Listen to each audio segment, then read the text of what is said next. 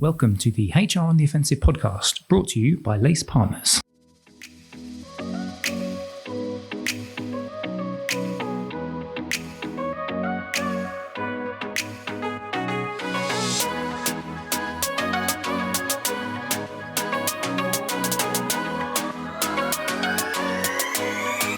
Good morning, good afternoon, and good evening, and welcome to the latest HR on the Offensive podcast. It's me, Chris Howard, joining you as always for the latest edition of our ongoing weekly podcast series. And we are going all things becoming skills power today. Yep, we are going to be talking to a very interesting guest about our latest campaign and a specific part of the campaign, which looks at, what if skills could generate bottom line value for your business. But before I introduce our fabulous guest, I need a partner in crime and a co-host, as I always love to have on these. And so it's fellow LACEr and director of our talent practice, Pavan Bilkhoo. How are you doing, Pav? You all right? I am very well, thank you. It's a bit cold and rainy outside, but I'm keeping my spirits up. Like to hear it, because summer is basically over. At the time of recording, it's beginning of September, and it's like, no, Mother Nature's like, no more summer for you, my friends. And that is what we're used to in the UK. Right, we're going to talk about our campaign, which obviously you're spearheading, Pav, and we're going to get our guest in. We'll introduce him in just a second, and we'll do our fundamentally different question. And then we're going to get into the nub of what I think is going to be quite an interesting discussion debate. So let's introduce Craige Heaney, who is the VP of Talent and Organisational Effectiveness at Pandora. Craige, how you doing, mate? You all right? Very good, very good. As a South African, I'm also very excited about the autumn, cold days, grey weather coming. But thanks for having me, Chris. Thanks for having me, Pavan. It's absolutely amazing to have you on. It is really good to have you on and talk about this subject, because I think this is a really interesting one, and it's getting a lot of press coverage, but also lots of HR teams, lots of talent teams, lots of businesses are starting to think about this idea of, well, should we be pivoting towards becoming more of a skills-based organization? So we're going to get into a very specific part of that around skills strategy. But before we do that, it is impossible for us to continue on the podcast unless we do our fundamentally different question, which is a random question not related to HR. Today's question is related to the Venezuelan president, Nicolas Maduro, who's just declared, just because obviously he feels like he can, that Christmas can begin in October. So my question to you guys, and I'll go first to give you a few seconds to think about yourself, is if you could choose any date to change or insert a date in anywhere, so bank holidays or anything like that, what would you choose? And I'll give you my sort of my 2 pence worth, which is my birthday is in the winter months. It's in November. And even though it's close to Guy Fawkes night, it's dark, it's cold, it's usually wet and indoors. So I would quite like to have a maybe late June, early July birthday. So I'd like my birthday to be transferred across to the summer months, because I do love a barbecue. Let's give Craige a second or two to compile his thoughts, Pav, but what would be your choice? I would insert another month in summer. I am very much a person that likes to be warm, and that's why our office is usually a refrigerator. I don't like being there. But I would love another elongated summer. So, for example, instead of having 6 weeks off in the summer, I would grant teachers another 6 weeks on top of that. And that means that I can have a longer holiday or enjoy and soak up the sun a little bit more. Love it. Craige? I just love that we've fallen into the traditional pastime of talking about weather. So, been thinking about that. What I'd say is in February, I always struggle in February. And obviously, having lived in the UK for quite some time, I got used to the dark, rainy days in February. But then I've moved to Denmark, and that's a whole different level. So if there was anything that I could do to change dates, I'd insert at least a week to 2 weeks in February, just so that I could escape just before spring kicks in. That would be my choice. Absolutely love that. And I am absolutely on board. I would be happy to petition for that 100%, getting an additional bank holiday in February. No doubt whatsoever. Right, let's talk about yourself a little bit, Craige. If you can give a little bit of background to our listeners of yourself and your history and why this is quite an interesting conversation for you. So let's keep it a nice, open, broad question to talk about, which is this idea of coming up with a skills strategy, or, do you actually need a skills skills strategy as a business. So tell our listeners a little bit about that, and then your thoughts around just organisations thinking about, well, should we be adopting a skills strategy? What should we be thinking about? My background is quite interesting in a sense, because I came from the business and I was always interested around how you drove performance. And then I had an opportunity to go and do some training. And then I started getting into the psychology of, well, how do you increase capability? How do you increase skills? How do you change human behavior to enhance performance? And so I've done varying roles across HR. A lot of it related to change and transformation, from learning to talents to diversity, equity, and inclusion, leadership development, team coaching. And so I've learned a huge amount around, well, how do you codify? What are the critical skills? What do you need to do in order to drive the capability in order to deliver a business outcome? And so I think you're right. There was a lot of discussion, and there has been over the last few years around, well, how do you really codify the skills and how do you increase it? And I always chuckle to myself, because I fell into that trap quite a few years ago, and I built large skills academies and content libraries. And the lesson I'd learned throughout all of that experience, I mean, I built competency frameworks, taxonomies. I've just spent far too many hours of my life on stuff that just never sees the light of day. And it's not that I'm challenging building skills. It's in relation to what.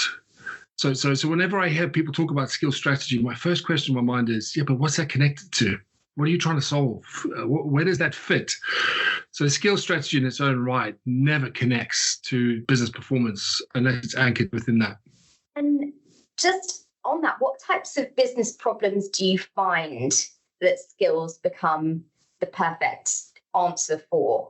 So early on in my career, it was a case of, we need to invest in people to develop their skills. And the problem with that statement is it sits so high level. It doesn't mean anything. So what I found early on in my career is I'd build out loads of skills, academies, content, curriculums, but it doesn't solve business problems. Because this is the one indelible lesson I've learned in my career is, if you build learning or skills, people don't come. It's like the field of dreams. The only time people use the skills interventions you've built is when there's an actual need, there's an actual requirement, and that there is, from a behavioral perspective, either recognition or reward or a consequence of not. So what I'd say is the types of business problems I focus on is, where are we going to grow our sales or productivity? Where are we going to reduce costs? How are we going to scale this? And then I look, is that anchored in the business strategy? And in that business strategy, what are the critical skills required? And then I ask the next very important question around, who requires those skills and when do they require it? And that's often the two questions that I never asked in this. It's just some vague skills strategy or framework that's going to deploy learning that doesn't necessarily stick. So that's how I look at it, is what's the business trying to achieve, and then work back from that around, well, therefore what's critical in terms of this skill, and therefore when will it be used and how will it be used?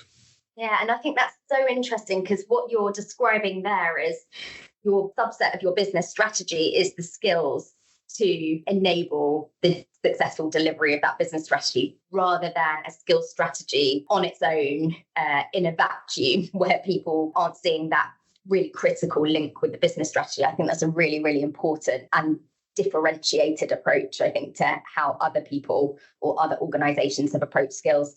So the lesson I've learned, Pavan, is that skills are important, but they're important when there's a specific need. So I'll give you a couple of examples and stories. So when we were transforming a shared services that was going to affect 3,000 jobs, it was such a fascinating exercise, because what we learned is we were reducing by over 1,200 jobs, but we were investing in another 1,800 jobs. And it was so fascinating, because what we were saying to people is, hey, there's still roles here, but you need to adapt, learn new skills, and therefore develop those skills so that you can then access these other roles that are available. And what was so fascinating is that some people adapted, some people didn't. Some people left the company, some people evolved, managed to transition. So skills as a currency for individuals is so critical nowadays. And then the other lesson I've learned from a business perspective is that if you're able to target 2 or 3 critical skills and focus on those skills and developing those skills, rather than trying to capture all the skills an organization needs, it makes a huge difference in terms of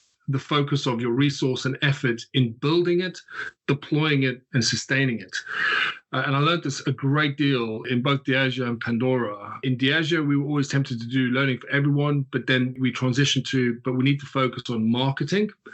So we built a very bespoke, dedicated marketing program that would drive more brand penetration so we could measure it, in addition to commercial business skills in terms of B2B selling on trade. Pandora, it's even simpler. It's a complex business. We do manufacturing, we do retail, and then we do everything in between, franchise, distributors.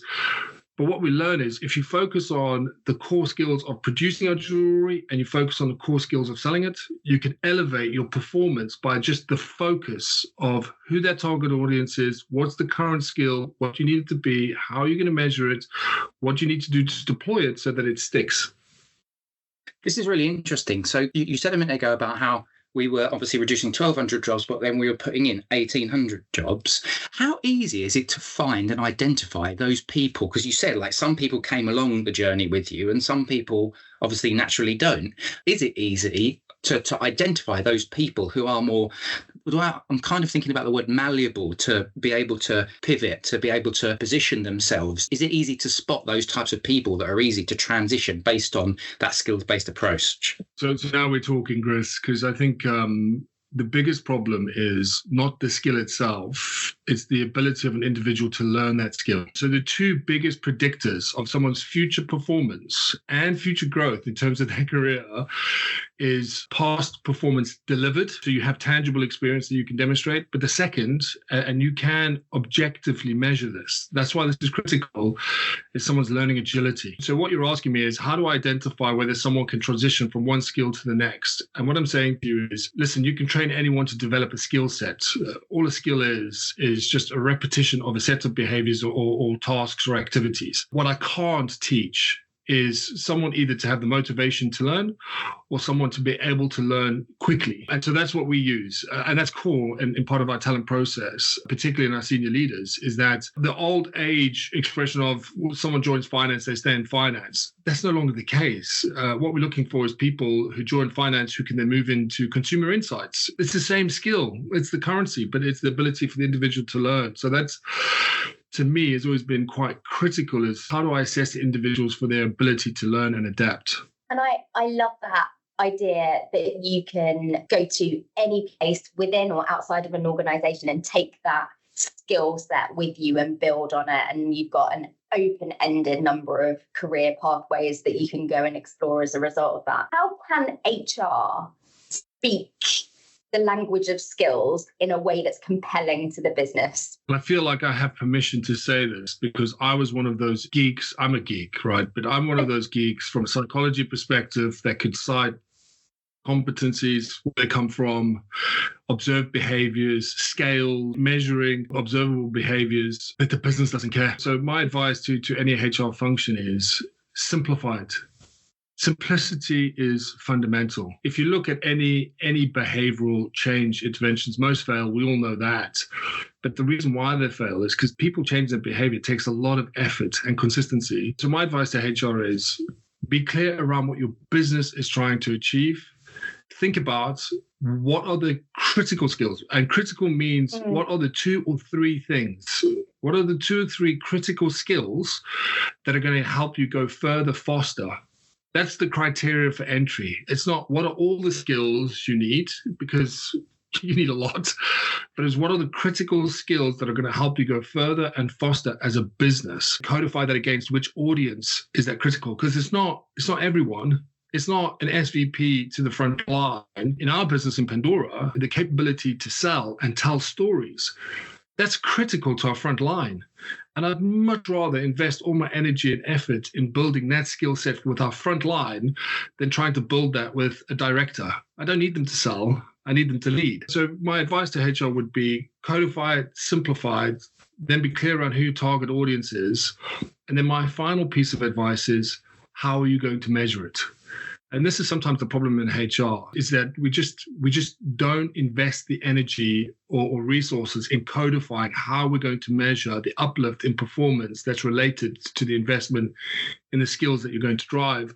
And if you did that, you can demonstrate the value and move beyond process and task into driving business performance, which is what we're all seeking as HR professionals, I would argue. Can I ask a then follow-on question? As much as you can tell us, how do you? So somebody, if I'm a HR director, a chief people officer, a chief talent officer listening into this right now, thinking it would be really good to get an idea looking over the fence at what other organizations are doing and what are their measures on how do you actually measure it and what are you measuring? Are you able to give any sort of examples as the types of things that you guys have done, or maybe even either in Pandora if you can, or maybe even previous companies, like some of the key sort of KPIs, the measurements that you were like, this is how we're going to measure what success looks like when it comes to skills?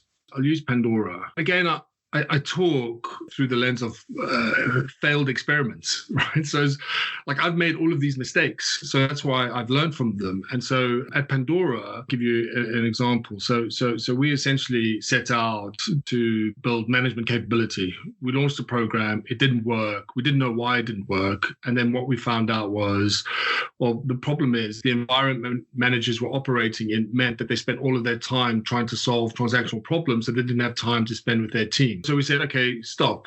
Let's work out what's really driving the problem. So what we found was for our frontline retail staff, we weren't able to clarify what their working schedules were. And the reason why I'm highlighting that is because we thought it was a skills problem.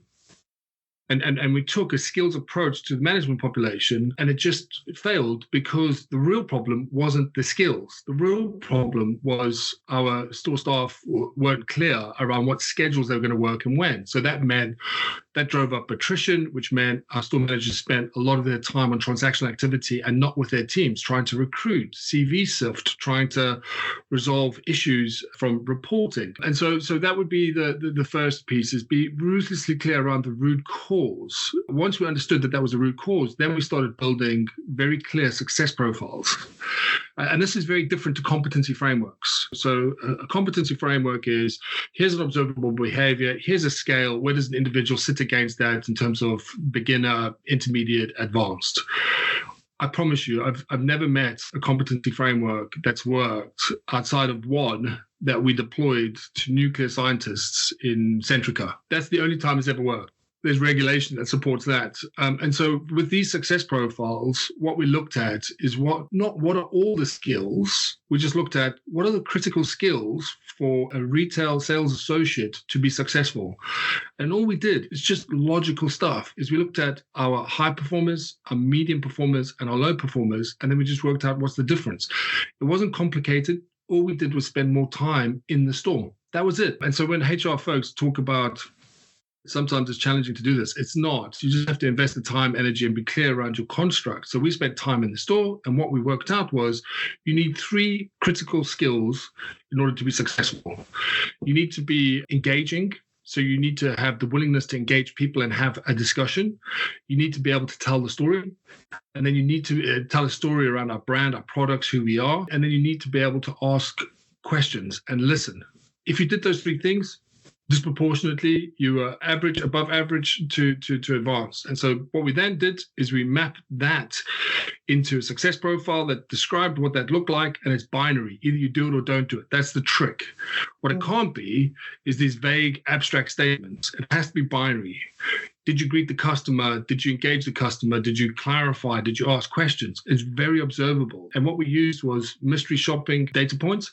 And then once we built that success profile, it's on one page.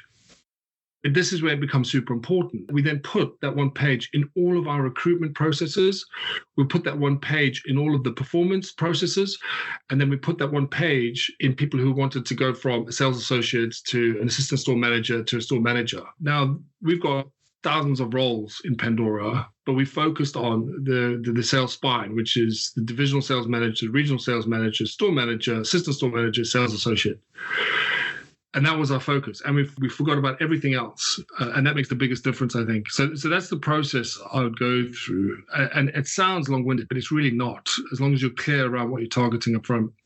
Yeah. Do you know what? I've got another question, just a quick one, and then because I'm not monopolising time, so I'll give Pav a stab in a second. Just building on that, I was thinking about how we've talked a little bit around HR talking the commercial language and HR maybe improving. You've said you've been in multiple different HR roles, and I've done a few podcasts with CPOs talking about the importance of HR being able to speak to the C-suite, the commercial language. But actually, how important is it? And you were talking about stories, to be able to communicate to the whole business. The reason why we're doing this is for the benefit of us, like as an organization, but actually it's for the benefit of you as well and your career. Like, this feels like it might be a little bit of a leading the witness question and a violent agreement thing. But can I just get some thoughts from you on this importance of, yes, HR needs to be able to talk the language commercially to leadership, but it also needs to be able to articulate that skills story to the whole business, right? Yeah, it's a great question, Chris, because I didn't really answer your other question around how you measure it, but let me connect the two.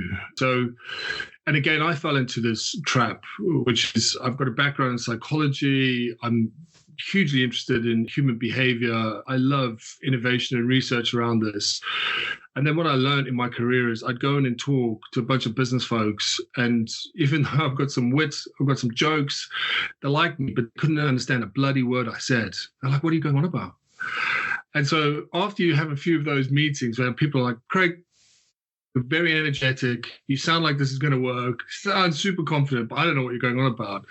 Like, I had to really strip back my language, And your question is kind of loaded in the sense of, well, how do you speak in a commercial way? But that kind of implies you need to learn to speak a certain way. No. You need to be a business person. So that success profile example I gave you, we anchored that with the business. How do we drive more conversion? How do we get more basket value size? Because that's what we measure it by. And the key metric in Pandora is a productivity per hour, per labor hour. So when we were talking about this, that process I described, we did not describe that to anyone. They don't care. They absolutely don't care. What they want, the way I described it is, listen, we're going to reduce your attrition by X percentage. We're going to increase your conversion by X percentage, and we're going to increase your basket size by X percentage. And that's because I was in the stores. I worked with the retail excellence team. I worked with the chief commercial officer. I didn't sit in an ivory tower. So when I was talking, I could play back insights around, but this is what goes on in the store. And that's where it was such a meaningful experience, because it moved from, let me sell you my solution, to let's talk about business problems. The problem you've got is that your store managers and your sales associate only spend 50% of their time with the customer. How is that possible? And when you lead with something like that, it just opens up the conversation in a whole different level. But actually, you then start working through the process, and then the business treats you like a business person around, you're right, these are the business problems we've got. How do we solve these problems? And then you're co-creating and collaborating rather than doing the big sell. So that's what I do now. And so our CPO in Pandora also, when he came in, he made a big shift, because up until that point, we talk about what are the programs we're launching, and many HR functions fall into this trap of just being activity-driven, process-driven. He stood up at a conference with all of our senior commercial folks a year ago, and he said, this presentation, we're going to remember it because we're going to talk about just this one thing. It's attrition, attrition, attrition. What are we talking about? He got everyone to cite it back, attrition. And then he described how bad the attrition process was. Then he got some business folks to come on stage and talk about why that attrition problem was a problem for all of us and why it was a pain. And the thing is, it just landed so well because it was so clean, it was so clear, it was a business problem everyone was talking about, but no one had the solution. And this is the $1 million trick, is that when you describe it like that, and you build a solution where you're collaborating with the business, what started happening is the business started taking accountability for goals and metrics to solve that problem. So what is normally a HR issue, you solve attrition. HR can't solve attrition. Are you crazy? It has to be a codependency between the business and HR, but the business started taking that metric.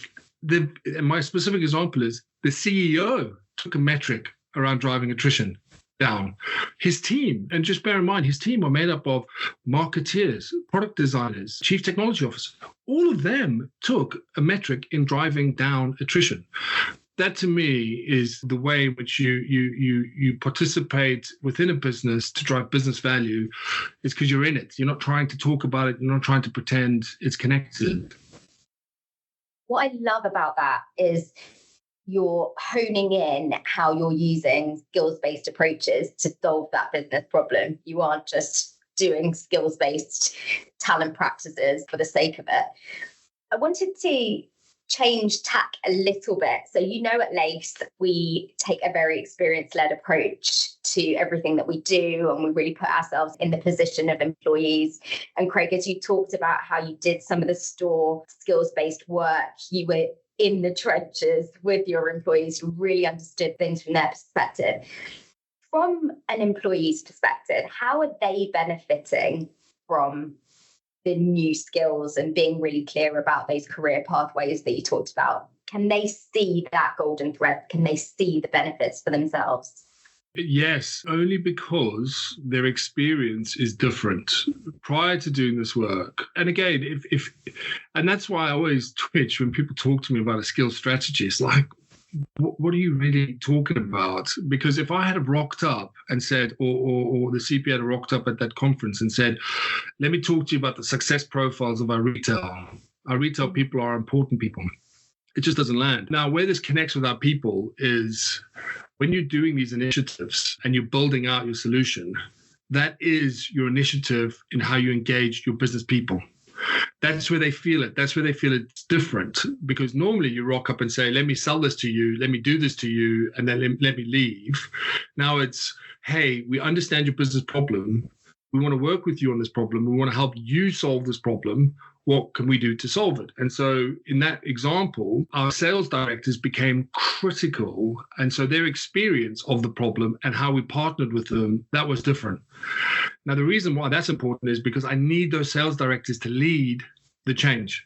I need them to lead how they recruit their divisional sales managers against this new skills profile. I need them to lead how they develop or give performance feedback around this success profile. So that changed significantly. And then when we did launch programs, it was all anchored around solving this attrition problem. So when we then did relaunch our management program, we didn't go and sell it. We had our sales director selling it.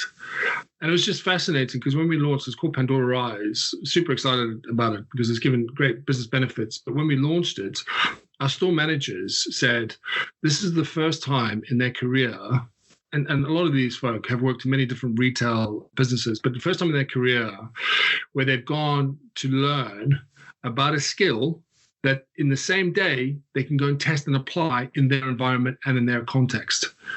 And so that changes the employee experience from the outset because, again, like I've done all of this stuff. We'll focus on things like psychological safety and servant leadership and purposeful leadership. The thing that makes the biggest difference is just the simple skills of how you set goals, how you have performance conversations, how you have development conversations. And that's what we focused on. The store managers were able to apply it. And then we built that approach into the induction. Now, when you hear me describe it, it sounds like a lot, but it's all managed in a sequenced way so that we don't saturate the business, point one. But point two, it's all built into an ecosystem. And the ecosystem's simple. It's how do you attract talent? How do you develop and onboard talent? How do you develop the capability, skills to promote and internalize talent? And then how do you enable succession? And so we just anchored it behind those. And you'd say, well, that's the employee experience. Yes, but everything is connected so that we know what this will drive is better performance, better productivity, conversion. So the employees have experienced this a great deal. And so guess how we measured it? We measured it through the engagement survey.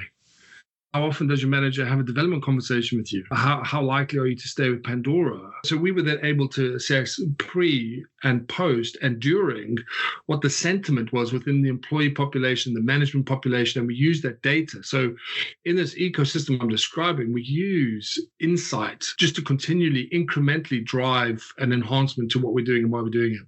Yeah, that is a fantastic way to, we're just coming towards the end of the podcast time we've got. I feel like we can talk about this for ages though, particularly around that link between EX and obviously the career development, EX. They're so closely intertwined, and how we talk about the life cycle bits that you've spoken about there, absolutely fascinating. And that's going to be one of the big chapter bits. So we might get you on and maybe we can do a part 2 of this where we can start to explore that a little bit more. But Craige, amazing to have you on. Thank you very, very much for joining us today. Well, thank you for having me. It's been a great conversation. Always enjoy speaking to like-minded folks who like to challenge the status quo, Chris and Pavan. Thank you so much. Yeah, no, it's been great to have you on. And Pav, as always, co-host extraordinaire. Thank you very much. Thank you. I've enjoyed it. Yeah, it's been good. You can get this podcast wherever you get your podcasts. I feel like I say that every week, so I should probably stop saying it. I think I've also said I feel like I say this every week, so I should stop saying it. One day I'm just going to not. I'm just going to say podcast ended. And then people will be like, oh, that's a bit of a strange way to end the podcast. But hopefully you've enjoyed this podcast. If you want to check out any of our podcasts, you can also find out about the Skills Powered campaign. Just go onto the Lace Partners website, lacepartners.co.uk/skills. You can find all of our different material. But from Craige and Pavan and from myself, thank you very much for listening. And hopefully we'll catch you next time on the HR on the Offensive podcast. Bye-bye.